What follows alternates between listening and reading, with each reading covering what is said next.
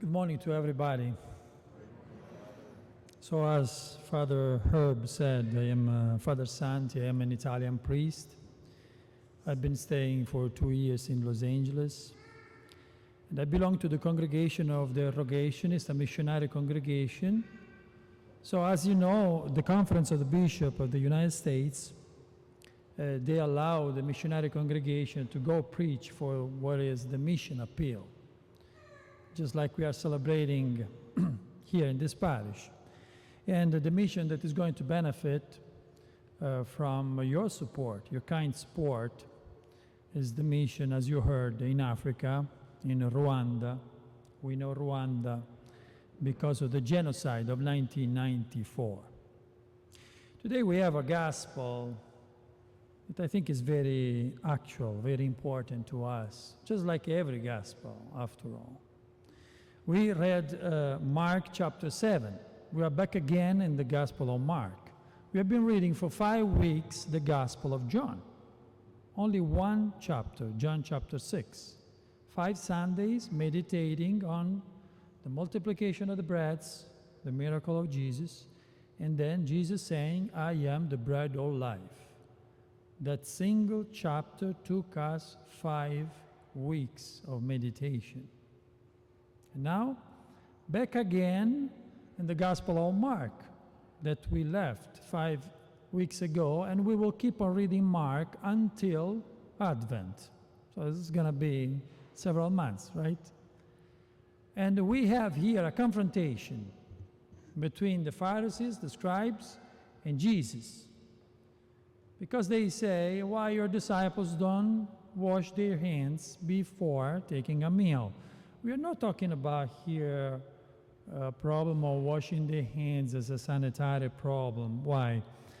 Because they all washed hands. The Pharisees are saying, why your disciples, after they washed hands, why they don't do the ritual for purification, which is another thing.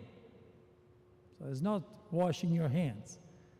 Is what you do after that is the ritual that was meant to purify your soul, because you possibly got contaminated. Because Jewish people, they believed, and they still believe, that you can get contaminated in several ways. Like you go to the marketplace, and then you pass by the house of a sinner. If you enter that house, you get contaminated. Or maybe you touch an object that is used for the pagan worship, the worship of the pagan idols. You get contaminated. And also, weird things for us, like if you touched a woman in her period, you would also get contaminated. So they are saying, Jesus, why you don't do the ritual? What was the ritual about? It's interesting to look into it. So the ritual, probably you saw if you went to Holy Land, you saw those jugs with 2 handles. Why 2 handles? Because they use their left hand first, they put some water in it, and they pour water on the right hand. Then they took a napkin, they took the other handle, and they pour on the left hand. So at that point, they joined hands, and this was the purification, okay? At that point, they raised both hands, and they were ready to pronounce a prayer. Why this prayer? And why all this purification before a meal? Because you're about to sit to touch something sacred. Why? Because bread comes from God. So it's a sacred thing. So before touching bread, you need to be pure yourself. Otherwise, you will commit something wrong, touching something sacred with your impure hands. And so they raised their hands And they pronounce a prayer that's very similar to one of those prayers that the priests pronounce at the offertory. Sometimes we hear it when there is not a song. Blessed are you, Lord, they say, God of the universe, for through your goodness we receive this bread. And then they can eat. So they are arguing with Jesus, saying, why your disciples don't do this? And so they eat with impure, unclean hands. And Jesus says, why are you impure just because you entered the house of a sinner? Why are you impure just because you touched a woman in her period? These are not the things that make you impure. I'll tell you what makes you impure. And there, the list of Jesus, a very tough list. So evil thoughts, theft, murder, adultery, greed, malice, deceit, envy, blasphemy, arrogance. All these things come from within, from the heart of a man. And this is what makes you impure. Do you want to purify yourself? You don't need to use water, Jesus is saying. What do you need to do?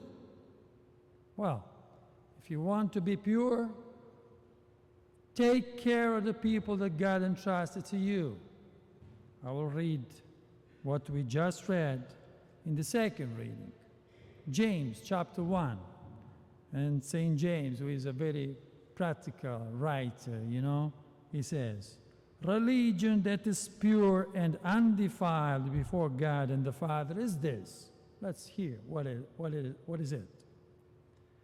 To care for orphans and widows in their affliction. So this is what Jesus is saying. You want to purify your hands. You don't need to use water or a ritual, but just take care of people. You want to purify your plate. You want to purify your cup. Take what's inside and give to the poor. That is the worship that God is expecting from us. That's why he's quoting Isaiah.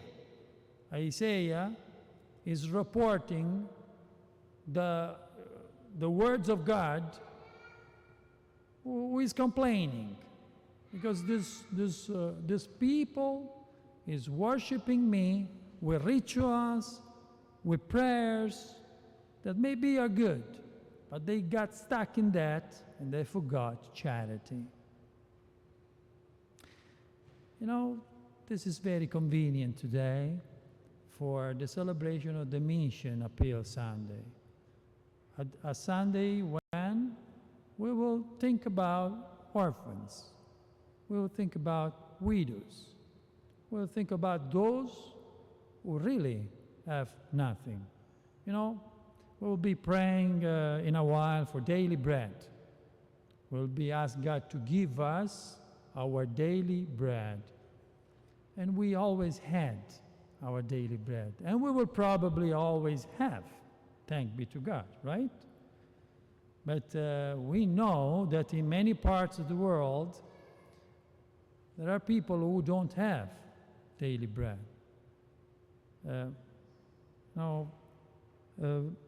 I've been there in Rwanda, in the center Saint Antoine, where our kids are. One day we went to the village where one of our kids needed to go. So we accompanied him. Well, of course, he didn't have parents. There was an uncle and an aunt. So we asked for them, and they said, they are coming, sit here, they are coming. So they prepared for us some place where to sit. When in Africa they say they are coming, you need to wait 2 hours at least, because in Africa nobody has a watch. They are looking at the sun. So, yes, we've been waiting for so long. And in the meantime, all these poor kids, they were gathering around us because they saw these white guys like coming from another planet.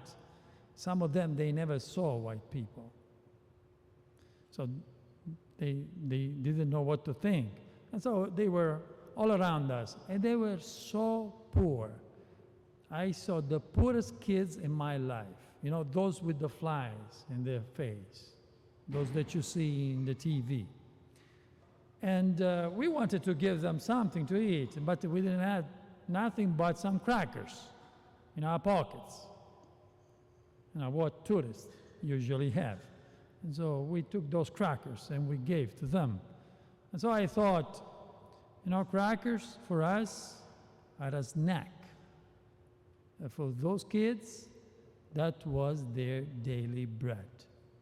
That was what they ate that day. Yes. So this is the situation in many parts of the world. That's why we help missionaries, those who go to stay there. My congregation, the Congregation of Rogationists, was founded by Saint Hannibal. Saint Hannibal was an Italian priest from Messina in Sicily. He died in 1927, and when he was ordained a priest, he asked to the bishop, "Can I go? Can I leave my apartment, let us say? Can I go to stay with the poor?" So to share their life. So this is what Rogationists do. So we have communities in poor areas to share the life with the poor. So thank you for your help. Thank you for your kind support. I promise you my prayer, the prayer of my congregation, for all of you, for the people that you care most, for your children, for their protection. And if you want to know more about the Rogationists, about the missions that you're going to support, you can go to the website of the congregation, which is rogationists.org. Rogationists.org. Maybe it's difficult to spell Rogationists. So you can go to rogatemission.com. Rogate, R-O-G-A-T-E, mission.com. Rogate is the word of Jesus.